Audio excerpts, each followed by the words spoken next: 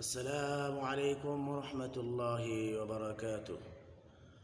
একবার হুজুর সাল্লাল্লাহু আলাইহি সাল্লাম সাহাবায়ে কেরাম রাদিয়াল্লাহু তাআলা আনহুমকে উদ্দেশ্য করে বলিলেন, আমি কি তোমাদেরকে এমন একটি জিনিস বলিয়া দিব না যা সমস্ত আমলের মধ্যে শ্রেষ্ঠ, তোমাদের পরওয়ারদিগারের নিকট সবচাইতে পবিত্র, তোমাদের মর্তবাকে অনেক বেশি বুলন্দকারী, আল্লাহ রাস্তায় সোনা রূপা খরচ করা হয়তো বেশি দামি, এবং জিহাদের ময়দানে তোমরা দুশমনকে কতল করো আর দুশমন তোমাদেরকে কতল করে, ইহা হয়তো বেশি উত্তম।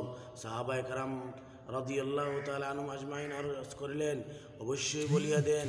হুজুর সাল্লাল্লাহু আলাইহি সাল্লাম ইরশাদ ফরমাইলেন, উহা হইল আল্লাহর জিকির।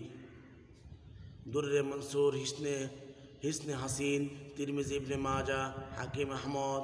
ফায়দা: ইহা সাধারণ অবস্থা ও সব সময়ের জন্য বলা হয়েছে।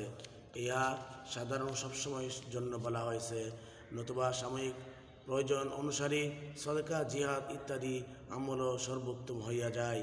এই কারণে কোনো হাদিসে এই সমস্ত আমলকেও সর্বোত্তম বলা হয়েছে, কেননা এই সমস্ত আমলের প্রয়োজনীয়তা সাময়িক, আর আল্লাহ তাআলার জিকির সবসময়ের জন্য প্রয়োজনীয় এবং সবচাইতে গুরুত্বপূর্ণ ও সর্বোত্তম। এক হাদিসে হুজুর সাল্লাল্লাহু আলাইহি ওয়াসাল্লাম ইরশাদ ফরমায়েছেন, প্রত্যেক জিনিসকে পরিষ্কার করিবার এবং উহার ময়লা দূর করিবার বস্তু আছে, যেমন কাপড় ও শরীরের জন্য সাবান, লোহার জন্য আগুনের ভাটি ইত্যাদি, আর অন্তর সময়ের ময়লা দূরকারী হইল আল্লাহ তাআলার জিকির। আল্লাহ তাআলার জিকির অপেক্ষা বড় আর কোনো জিনিস আল্লাহর আযাব হইতে রক্ষাকারী নাই। এই হাদিসে জিকিরকে যেহেতু দিলের সাফাই বা পরিষ্কার কারণ বলা হয়েছে, ইহা দ্বারাও আল্লাহর জিকির সর্বাপেক্ষা উত্তম হওয়া প্রমাণিত হয়। এই জন্য প্রত্যেক ইবাদত তখনই ইবাদত বলিয়া গণ্য হইবে যখন উহা ইখলাসের সহিত হইবে, আর ইখলাস নির্ভর করে দিল পরিষ্কার হওয়ার উপর। এই কারণেই কোনো সুফি বলিয়াছেন, উক্ত হাদিসে যে জিকিরের কথা বলা হইয়াছে উহা দ্বারা জিক্রে কলবি অর্থাৎ দিলের জিকির উদ্দেশ্য, জবানের জিকির উদ্দেশ্য নয়। আর দিলের জিকির ওই জিকিরকে বলা হয় যাহা দ্বারা দিল সব সময়ের জন্য আল্লাহর সহিত জড়িয়া যায়। আর নিঃসন্দেহে এই অবস্থাটি সমস্ত ইবাদত হইতে উত্তম। যখন কারো ইহা হাসিল হয় তখন তাহার কোনো ইবাদত ছুটিতেই পারে না, কেননা শরীরের বাহির ও ভিতরের সমস্ত অঙ্গ প্রত্যঙ্গ দিলের অনুগত। দিল যে জিনিসের সহিত জড়িয়া যায়, সমস্ত অঙ্গ প্রত্যঙ্গ উহার সহিত জড়িয়া যায়। আল্লাহর আশিকগণের অবস্থা কাহারও অবজানা নয়।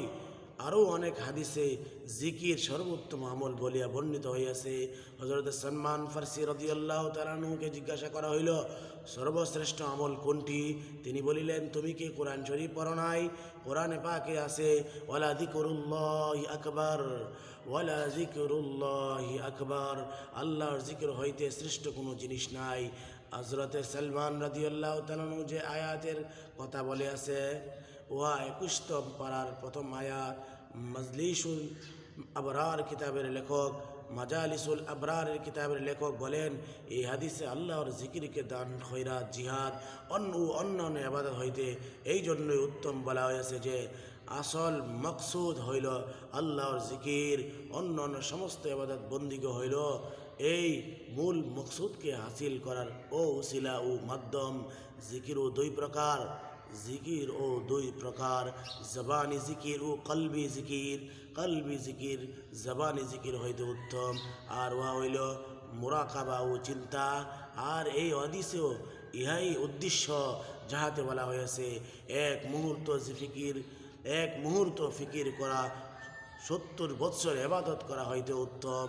মুসনাদে আহমদ কিতাবে আছে, হযরতে সাহাল রাদিয়াল্লাহু তাআলা আনহু হুজুর সাল্লাল্লাহু আলাইহি সাল্লাম হইতে বর্ণনা করেন, আল্লাহর জিকিরের সওয়াব এত বেশি যে আল্লাহর রাস্তায় খরচের চেয়ে 7 লক্ষ গুণ বেশি হইয়া যায়। মোট কথা, এই সমস্ত আলোচনায় বোঝা গেল দান, খয়রাত, জিহাদ ইত্যাদি সাময়িক সময়ের প্রয়োজন হিসাবে এইগুলি ফজিলত অনেক বেশি হইয়া যায়। কাজেই যে সমস্ত হাদিসে এইসব আমলের বেশি বেশি ফজিলত বর্ণিত হইয়াছে, সেই সব হাদিস সম্পর্কে কোনো জটিলতা রহিল না। যেমন এক হাদিসে এরশাদ হইয়াছে, সামান্য সময় আল্লাহর পথে দাঁড়াইয়া টাকা 70 বছর গড়ে নামাজ পড়া হইতে উত্তম।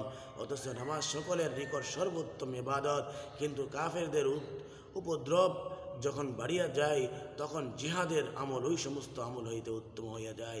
সুবহানাল্লাহ, আল্লাহ মহান সুবহানাহু তাআলা। আল্লাহ তাআলা আমাদেরকে যে সমস্ত আলোচনা করা হয়েছে, বলা হয়েছে, জিকিরের ফজিলত বলা হয়েছে, মহান আল্লাহ আমাদের সবাইকে জিকিরের উপর আমল করার তৌফিক দান করেন। হাদিসগুলোর উপর আমাকেও আপনাদের সবাইকে আমল করার তৌফিক দান করেন। আমিন। ওমা আলাইনা ইল্লাল বালাগ।